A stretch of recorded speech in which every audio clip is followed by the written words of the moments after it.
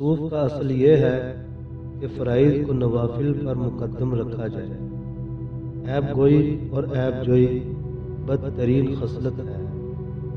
میرے تمام صحابہ ستاروں کی مانند ہیں، جس کی پیروی کرو گے ہدایت پاؤ گے۔ جب حضور صلی اللہ علیہ وآلہ وسلم کو کوئی سخت معاملہ پیش آتا تو فوراً نماز کی طرف متوجہ ہو جاتے۔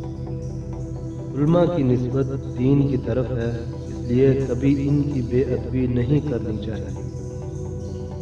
اخلاص سے چھوٹی نیکی بھی نجات کا ذریعہ بن جاتی ہے۔ ریاکاری ہر عمل کو ضائع کر دیتی ہے۔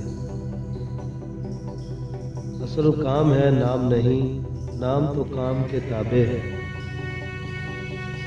کسی واقعے پر اگر تحقیق سے کام لیا جائے تو جھگڑے کی نوبت بہت کم آئے۔ گوشہ نشینی دل سے ہوتی ہے، نہ کہ الگ بیٹھ جانے سے۔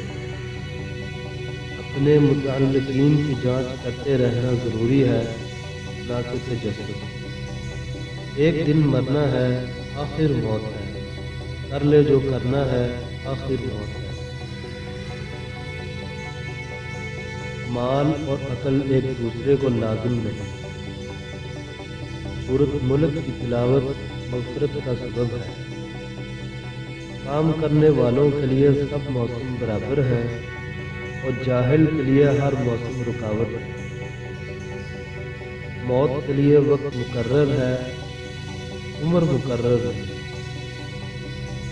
ترقی درجات کا مدار اعمال پر ہے، نہ کہ احوال پر۔ خدا نے زبان میں ہڈی نہیں رکھی۔